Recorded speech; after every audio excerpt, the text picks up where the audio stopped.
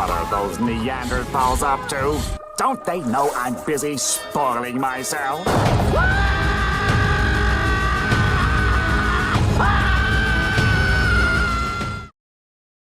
It's been a while since I last uploaded anything SGM, huh? Unfortunately, I've been busy being both sick and with a blaspheme project under my hands. Additionally, patch 6.5 didn't really have much worthwhile content to discuss, outside of faster transitions. And you better believe that's a win in my book. Now that all that is done and over with, we can go back to the usual shit, today's case being reviewing the summer variants. Yeah, I know the autumn ones just released, but I gotta get the summer ones down first. Of which I don't really have much to say on a general basis. It's your standard fare, and that's that. I will say though, I miss the inclusion of brand new silvers. Sure, most of them weren't necessarily good, but at least allowed for some brand new pulls, even if they're not the main highlight. Belle's Plunderer is a diet death wish, which may sound like a negative, but she manages to pull through nonetheless. Her buff still requires 10 combo hits instead of 7, as well as benefiting from a buff beforehand. Thankfully, she gains evasion every 5 seconds when not taking a hit, which is doable by stalling out with Umbrella's lengthy combos. She also functions as a passive support, as she also heals her teammates for 3% health every 5 seconds, and grants a noticeably long 30-second enrage with every 10 combos. No doubt this allows incoming variants to strike much harder than usual, and it allows to scratch a couple health points if it's that necessary. Pretty enjoyable and efficient for what she is. Although at the risk of sounding redundant, if you happen to have a death wish, she won't really rock your world. Whoa, Inagata de Vida, baby. She gets a 1 because of the reference. Grave Danger showed a fair share of promise when first revealed, but unfortunately hasn't been able to keep up that momentum. While charged, all debuffs inflicted are cleared and she gains heavy regen. It's solid enough in concept and could be applied to multiple instances, but to make the most out of the debuff clearing, you'll need to carry several blockbusters ready to use. Plus, blockbusters are usually heavily punished in Rift battles, making them a difficult use. Though you could carry an immunity taunt to circumvent some situations. Her second ability grants Deadeye and inflicts Quietus when using a blockbuster on the enemy side. So effectively she's very blockbuster centric. Again, in concept it sounds really good, being able to bypass several threats. And true enough, she may have a niche against Final Fight. But that's the most you may get out of her. Regrettably, there are far better Deadeye options and even Quietus options. Her debuff clearing doesn't offer enough reason to go all in with her when you have options such as Indomitable and Psykid. I'm still gonna buy one though because I'm a dipshit for the squiggly gimmick. Your ride's over, Muty. Hell's Belle can be best described as Diet Chaos. The marquee that is. It inflicts random debuffs but with several twists. They're all timeless, which sounds a lot more destructive, but then you realize the other factors at play. There's only a 10% chance of activation, it only works while the opponent is above 50% health, and she also inflicts short bleeds to lower the opponent's health faster. She's far more practical against enemies with large health modifiers. That way she gets to inflict many more debuffs. Rift battles is where she falters, given she hits relatively strong and won't get to inflict many debuffs in one play. She at least has some additional support features, as she grants a 15-second miasma and timeless evasion to teammates while she's on the field for over 10 seconds. It's not a game-changing contribution, but enough to get extra safety for the team. She's far from the worst offering out there, but you're not missing much either.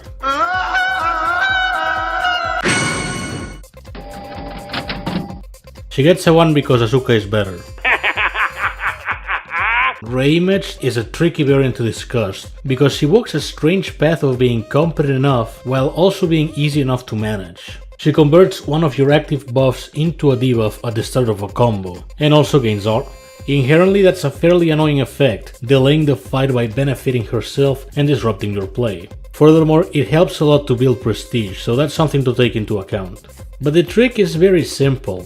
To run as few buffs as possible and rely more on debuff heavy variants. Also, Precision can bypass the buff conversion, so it's helpful for a combo start to have one stack or two.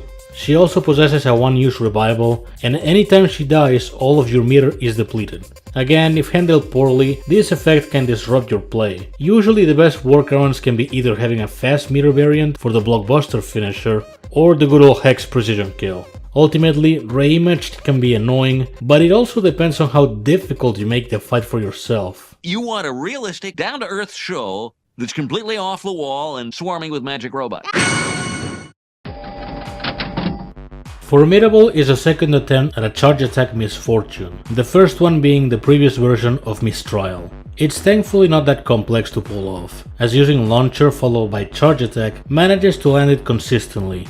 Doing so grants you immunity and precision. They're serviceable buffs, although landing a precision kill can be tricky, but that's likely not its main draw. Benefiting from immunity makes your special moves unblockable, while precision hits inflict inverse polarity. Both of these mix rather nicely, given Fortune specials generally packing quite a punch. Additionally, it doesn't specify either of the buffs have to be from the charge attack, opening in turn the gates for supports to chime in. If I had to give her drawbacks, no doubt Fortune's kit wears her down a little bit, and while far from the worst inverse polarity user, she doesn't rank particularly high either. Still, there's a certain catharsis in unblockable El Gatos, so I'm giving her points for that. It's a problem of motivation, alright?